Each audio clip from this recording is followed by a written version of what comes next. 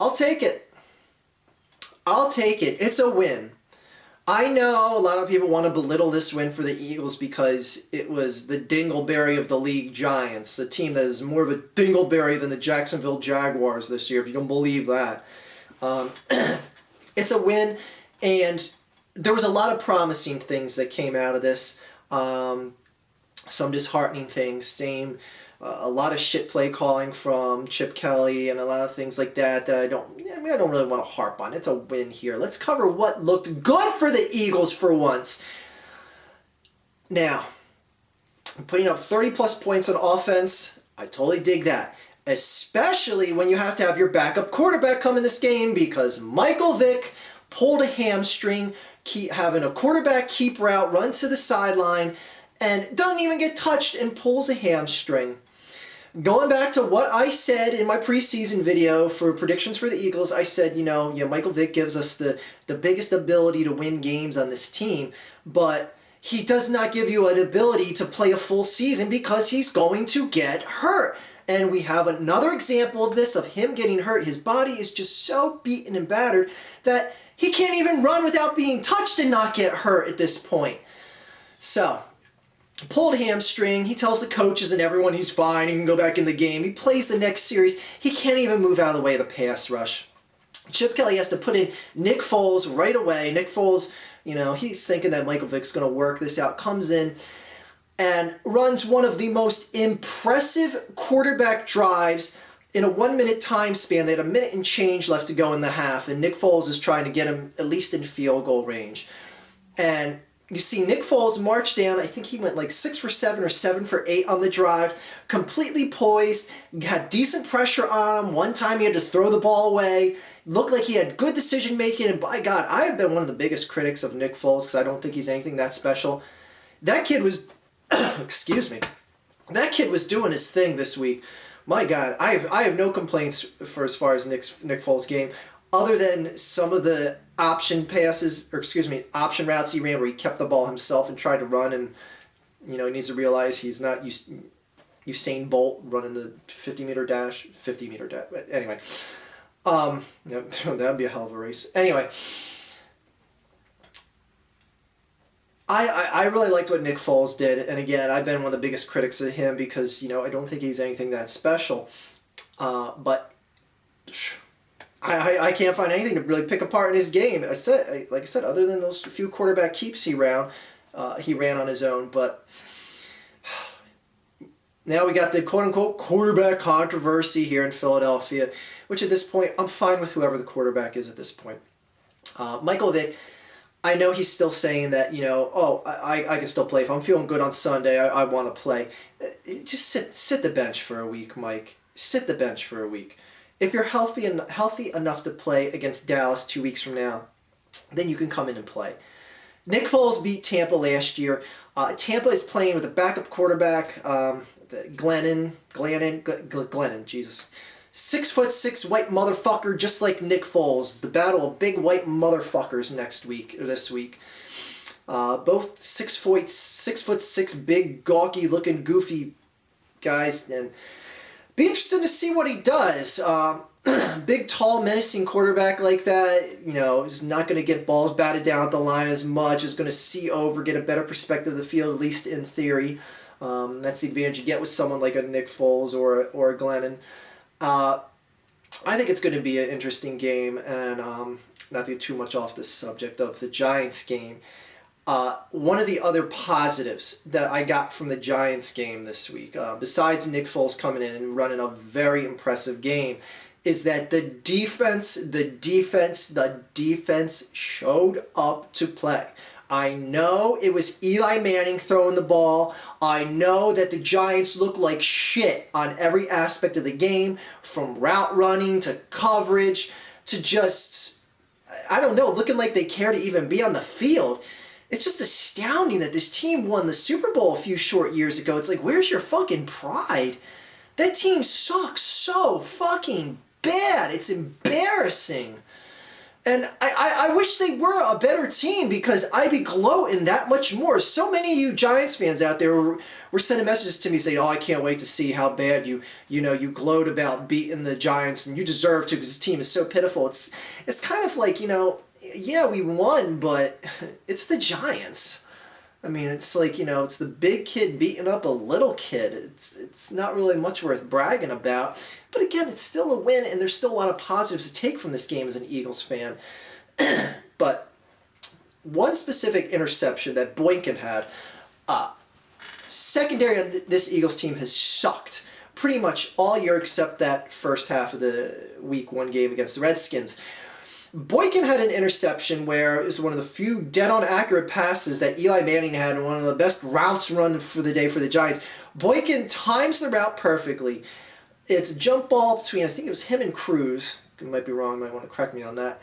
And Cruz has it in the air. Boykin just comes in and fucking thefts that shit in mid-air and then hits it to the ground with it clenched against him. It was one of the most impressive interceptions I've seen in years on this Eagles defense. This secondary has been irrelevant for so long now. It's like, oh my God, they have a heartbeat. They had an exciting play. It was a huge interception. And it just basically, it turned the tide of the game from the Giants having momentum because the Giants were moving to take over this game. Because the Eagles secondary and the Eagles defense, I started twittering about this. I started going, oh, here we go. Because Eli Manning came on 2 consecutive drives, scored 2 touchdowns, and all of a sudden it's a 5-6 point game at that point. I'm like, here we go. Here's this typical second half Eagles football this year. The defense is going to be gassed. They're going to let them march around. Boykin gets that interception. And it just shakes the Giants from there. The Eagles go on to score more points, finish with 30-plus points on the day. Eli throws another interception on the next drive, another interception on the next drive, 3 consecutive drives with interceptions. I mean, they were just shook. But then again, that's just the Giants being the Giants this year, and I know a lot of people are going to be like, well, they would have thrown those interceptions no matter what. Man, I don't know what happened to Eli Manning. I mean, he's never really been that accurate of a passer. He's had a significant number of turnovers in his career, but Jesus Christ, this is just embarrassingly awful for what he's playing at, the pace he's playing at this year. And, I wouldn't be surprised if someone like Coughlin gets fired in the next few weeks if this team doesn't turn around. Granted, I don't think much of it is Coughlin's fault. His team just fucking sucks. But a win is a win, and this is a good win to build off of because you go into facing another weak team in Tampa. Now, Tampa pretty solid on defense. Like I said, you got a big 6'6" backup quarterback starting, much like how the Eagles are going to be starting Nick Foles. You got Glennon, big 6'6" white motherfucker, and it's going to be interesting. I don't know why I keep choking this morning. It's going to be interesting to see how this game plays out. Not really much footage on Glennon. He's only been in 1 game thus far this year, and It's a game where Tampa's playing pretty weak football. They have a backup quarterback in. I'll just cut to the chase. I'm telling you, I think the Eagles are going to win this game as well. Now, this is a game that the Eagles can really build off of, especially if they win. One of the most lacking things on the Eagles this year is confidence. Because even that first week game against Washington, I could see how that shakes the confidence of the team. Because, yes, they looked very impressive in that first half. That second half, the Eagles were irrelevant. Just completely irrelevant. That Washington was doing whatever the fuck they wanted to do on offense, and the Eagles just couldn't stop them.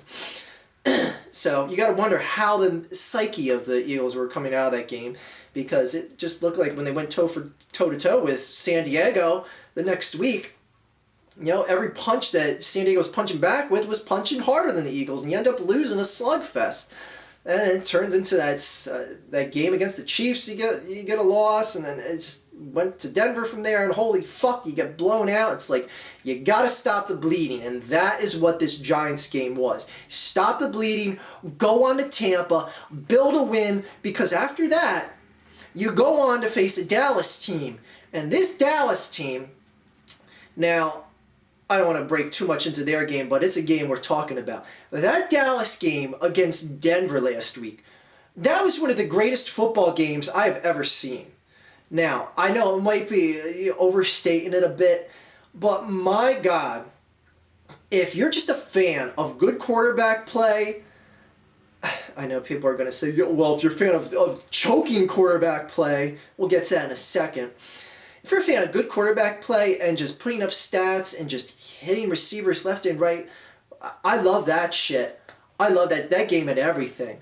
That game was a high-scoring juggernaut beast of a fucking game. And Dallas lost. All right. Now, to be fair, Dallas proved a couple things here, that they can move the ball like no other. 505 passing yards for Tony Romo. Now, this also proves that the Broncos are very mortal. Sorry, my throat's dry today. The Broncos, and I'd be interested if anyone knows this or could look it up. Has there ever been a Super Bowl caliber team that has given up over 500 yards on just one aspect of offense? I mean, my God, just the passing yardage alone was over 500 yards that the Broncos defense gave up. That's fucking astounding for a team that everyone has pegged to go to the Super Bowl. Hell, I have them pegged to win the Super Bowl. But now I'm beginning to question that, because I'm like, a Super Bowl caliber team would not give up over 500 yards. I don't care if you're playing the biggest juggernaut in the league or the biggest scrub in the league. You don't give up that much yardage. That's insane. So, as we know, Tony Romo throws a crucial interception at the end of that game, and that's pretty much all he's going to be known for out of this game. And I hear a lot of Dallas fans and a lot of non-Dallas fans just, calling him Choco Romo again. That was Tony Romo, and what he did in that game was there's nothing else you could ask for him. If he slipped up and committed one error, I mean, what would you rather have? It been a route and him played half-ass and then threw a junk interception at the end? I mean, fuck, man. They took on one of the greatest offensive teams that we've seen assembled in some time and fell that short. That's short of doing it, but man, Tony's got to get his criticism for it as well, because it's such a fucking key turnover. How the fuck do you play so flawlessly just to give up a goddamn interception to end there like that? But again, I hate Dallas, so it's not breaking my heart over, but I still understand the pain the Dallas fans are feeling right now, because they didn't fucking deserve that shit. Fuck Tony. Anyway. I'm bringing this game up for a number of reasons, because the Eagles are playing Dallas 2 weeks from now at the Link, at home in Philadelphia, and you've got to wonder, how is Dallas psychologically from this? Because there was nothing else possible other than Tony Romo completing that pass, and I do believe Dez Bryant was completely open. If he read the field a little bit farther to the left, he would have seen Dez completely open on that interception pass in the end of the game. There's nothing else that Dallas could have done in that game. They hit them. They hit the Broncos as hard as they could with the weapons they had, and they still fell short. I mean, when you're a team and you go in the locker room, you've given up everything you possibly could on the field. You got to wonder, they're like, God damn, we had a chance. We had a chance to just carve our name here and stand out in the league, and we fell short. There's nothing else we could have done in this game. We tried, and we failed. I mean, failed may be too harsh a word, but you get what I'm saying. So, I'd be curious to see how Dallas is going to do, because they got to play Washington this week, and Washington's coming off a bye, and we'll get to that a little bit more in a second. So, this is a series of things that could significantly turn around the Eagles season, get them confidence, get them psychologically, mentally back in it. Chip Kelly seems to be progressing as he's going along here. He doesn't look like, this college coach that doesn't know when to call a timeout or when to substitute the quarterback and all this other shit and blah, blah, blah. All the mistakes that he's been criticized for in the past few weeks. God damn, the air's really dry today or something. Anyway, I'm optimistic for the Eagles right now. as opposed to the pessimistic pile of shit that I was the first 5 weeks here. I'm optimistic for this team right now. And they have a chance to really build off and get momentum because they play the Giants right after the Cowboys again. And, you know, we're talking about we could go 3-4 out of the next 4 weeks pretty easily. And all of a sudden it's like, wow, the Eagles could be a game or two ahead in the NFC East. And not that that means much of anything this year, but let's not get ahead of ourselves. Let's actually win the games first before we start talking about winning 3 or 4. But optimistic, optimistic, optimistic. That is the word. As to last week, the word was concerned. I'm back into optimism for this team. So anyway, let's go over the games I got wrong last week. Again, I got Eagles over Tampa this week.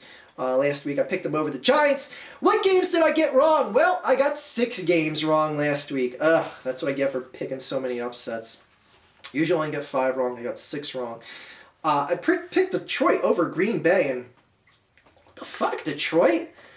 Detroit was really catching their stride, and all of a sudden they just couldn't score. Fucking hell, and it's not like Green Bay has a big shutdown defense or anything. I don't know what the fuck happened there. Kansas City, as much as I hate to admit it, Andy Reid's got those boys playing pretty damn well. Winning in Tennessee, a very tough place to win in Tennessee, was controlling that game up until the 4th quarter. And then, fucking hell, Tennessee loses in the end. I must admit, Andy Reid's doing his thing with the Chiefs. Son of a bitch. Son of a bitch. I picked Jacksonville over St. Louis. This is a game that Jacksonville was actually winning at one point. I think it was like 10-6. I was like, wow, they're going into half with a 10-6 lead. And I tweeted about that, and then St. Louis scored, and then scored again. And I was, fuck, jinxed the shit out of that. That's what I get for picking Jacksonville to win a game. Though, I might pick them to win this week. Stay tuned. I have a key thing that's going to make you change your mind over the game we're going to play this week. Do you really believe that? Anyway, I picked Baltimore, Miami, and they won. Carolina and Arizona. I picked Carolina, and another team I thought that was hitting their stride and was going to win a somewhat tough road game. Arizona rolled them. Shit. San Diego. Oh my God. Pryor wins. Flynn gets cut. Jesus Christ. Pryor looks like he's a pretty decent little quarterback there. And Flynn just basically lost his job forever and will be lucky to find work in the NFL ever again after substituting for Pryor the last week. San Diego tried making a game out of it at the end there, and then just Seabass comes in and kicks a 50-yarder that just takes the complete wind out of the sails of San Diego and ices that fucking game. My God. Sebastian's been doing that his whole fucking career. 50-yard bomb like it was nothing. Anyway, a game that apparently a lot of people thought was going to go the Falcons' way. The Jets beating the Atlanta Falcons in Atlanta. Saw the Atlanta Falcons season end, and we saw the Braves season end on Monday night. I'm glad I got that game wrong. The Falcons don't deserve to win a game again this year. Terrible. It's a shame that Tony Gonzalez, skipped out of retirement just because he wanted to come back and play one more season for a chance to win a Super Bowl. Now he might not even get a sniff of the playoffs. What a fucking waste. He should have just left the game early, saved some health while he has it, and went on vacations. It's a shame. Tony Gonzalez, just a certified Hall of Famer, one of the best tight ends, if not the best tight end ever play the game, has to come back and play for this slop. My God, just a team that just lose. This is the perennial 4th quarter loser this year. Fucking Falcons. So, what do I have for this week? Oh, and Indianapolis lost at home. Oh, no they didn't. Week 6. Your bye teams are Atlanta to lick their wounds and Miami to lick their wounds as well that were inflicted by Baltimore. Got New York Giants at Chicago. Chicago is probably going to have 7 interceptions in this game. This Giants team is just so fucking terrible. I don't know how they scored 30 plus points against Washington, against the I said Houston, against the Cowboys in week 1. I don't know how that game was a shootout because this Giants team is so fucking bad. To put in perspective how bad they are, they're the second team in NFL history behind the Arizona Cardinals to start off their first 5 consecutive games giving up 30 or more points in every single game. That is fucking atrocious. Absolutely atrocious.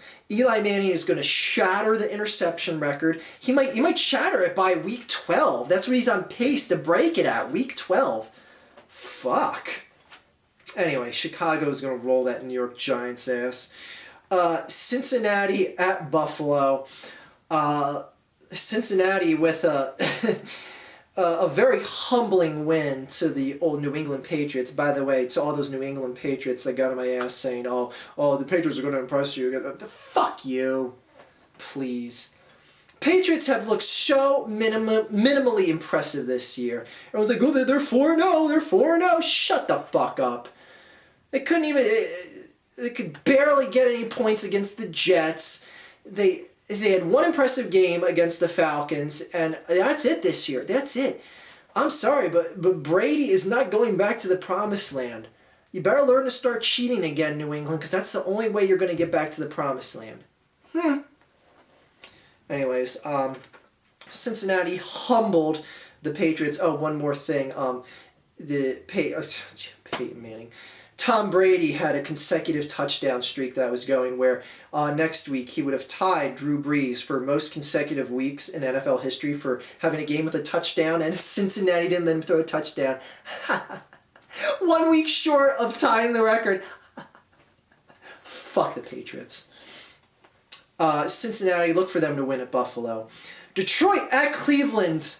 Detroit, man, you shit the bed last week at Green Bay. Just couldn't put up any points. In Cleveland is playing rather well, especially with Trent Richardson fleeing the coop. Well, not basically being thrown out of the coop by Joe Banner and crew. I'm rooting for Cleveland in this game, but I honestly think Detroit is going to win this game. I will not be upset for a second if Cleveland wins this game because fuck Joe Banner and his plans to tank that season in Cleveland. Well, Cleveland's already won enough games to assure they're not going to get a 1, 2, or 3 pick. They'll be, even if they lose the rest of the games this year, do you think the Giants or Jacksonville are going to win more than 2 games this year? Probably not. So there goes your grand plan, Joe Banner. Haha, we don't miss you in Philadelphia, fuckface. Anyway. Look for Detroit to win that game. Oakland at Kansas City. By God, those Chiefs are going to win another game. Holy fuck. Chiefs winning in KC. Carolina at Minnesota. Look for Carolina to get back on the winning track here and win a game in the land of 1,000 lakes. Pittsburgh at the New York Jets.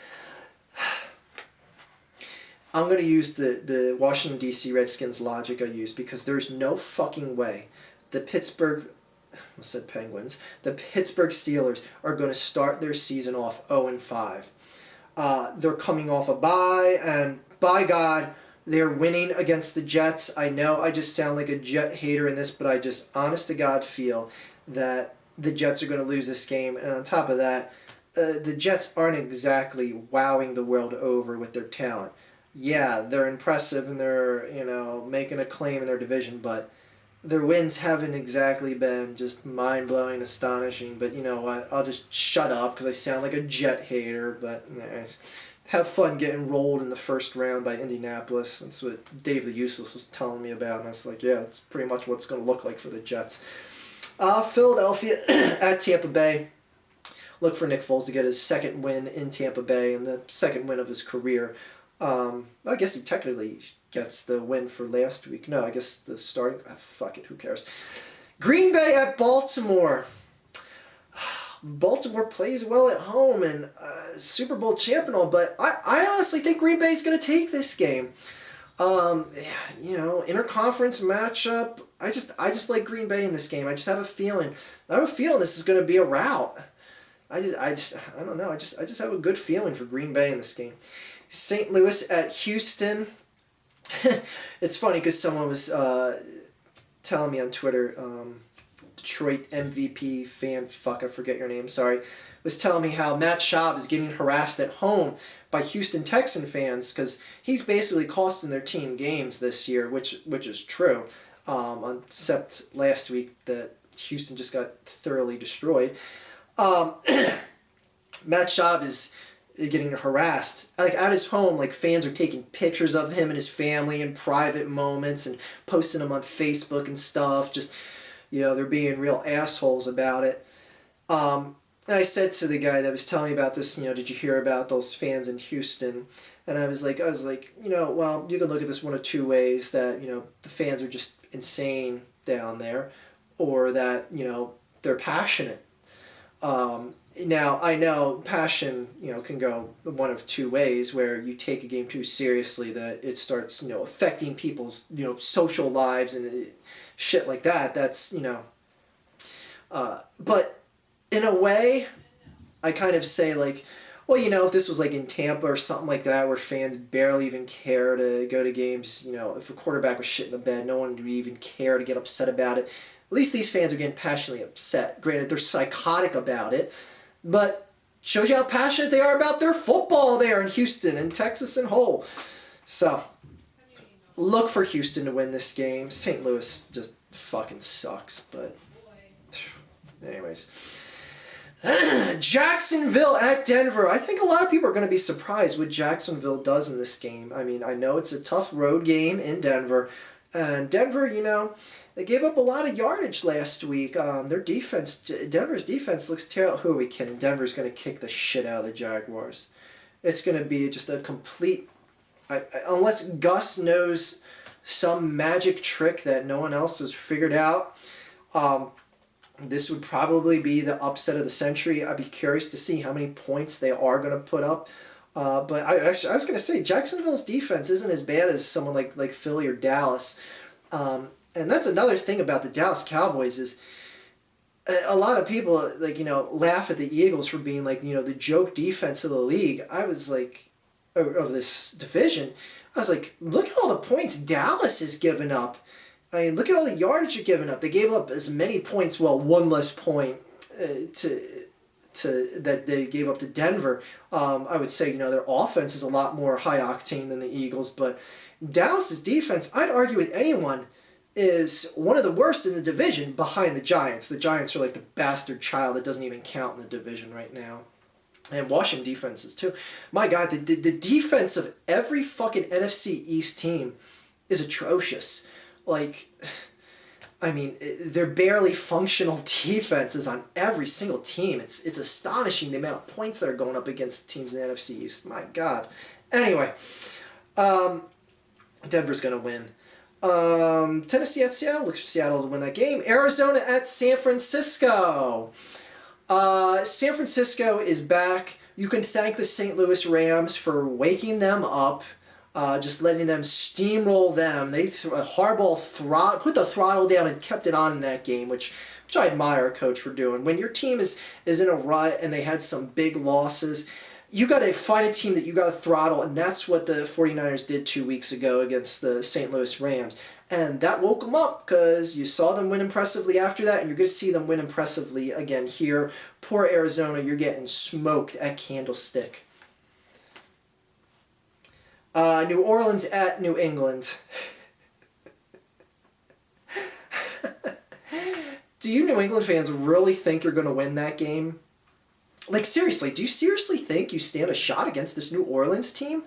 I'm just curious, who out there that's a New England fan honestly thinks, after what you saw Cincinnati do to you last week, thinks you stand a shot with how well this New Orleans offense and defense, for that matter, is clicking right now? Do you think you stand a shot even at home? The fuck out of here. New Orleans is going to whoop that Patriot ass. Washington at Dallas. Like I said before, this is a very interesting game to see psychologically how Dallas comes out of that Denver game. Washington's coming off a bye. RG3 is coming out determined because he's had some big wins against Dallas, and he wants to have another big one to add to his resume because that is the rivalry for the Cowboys. And RG3 knows that. Now, RG3 also knows that he will get a lot of the heat off him right now from the Redskins fans if he wins, and especially wins in Dallas in Jerry Jones Stadium. Dallas is just a better team, though. Dallas is just a better team, but again, it's that psychological factor.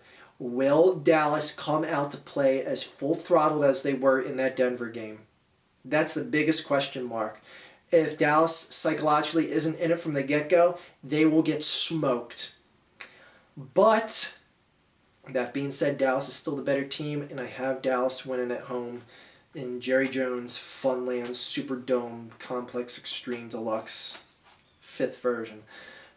Indianapolis at San Diego. San Diego, you choked last week against the Raiders. Fuck you. Look for Indianapolis to win. Anyways, fuck, that was a fun week of football. It was nice to see NFC East teams lose and my team win. Even though it was the Giants, I know it's a humble victory. I'm not going to sit there and rub every Giants fan's face in it because they're suffering enough as it is. They don't need me to pile on. Anyway, fun week of football, and my God, that Dallas-Denver game was fucking amazing. And even as someone who hates the Cowboys, it was still absolutely fun game to watch. Holy shit! So, I like the matchups again this week. Should be some good football again. And as always, if you want to see me flip my shit on Twitter, I do live tweets during all the games that I'm watching on Sunday football day and also on Monday Night Football as well. I'll link for my Twitters in the video description. A lot of people have said they've got a kick out of seeing me lose my mind and clog their Twitter feed on Sundays. So, everyone, have a great day, better tomorrow, and go Eagles. Fuck Tampa, fuck the Redskins, fuck the Cowboys, and I'm sorry the Giants suck so bad. Not really, fuck you too. Have a great day, everyone.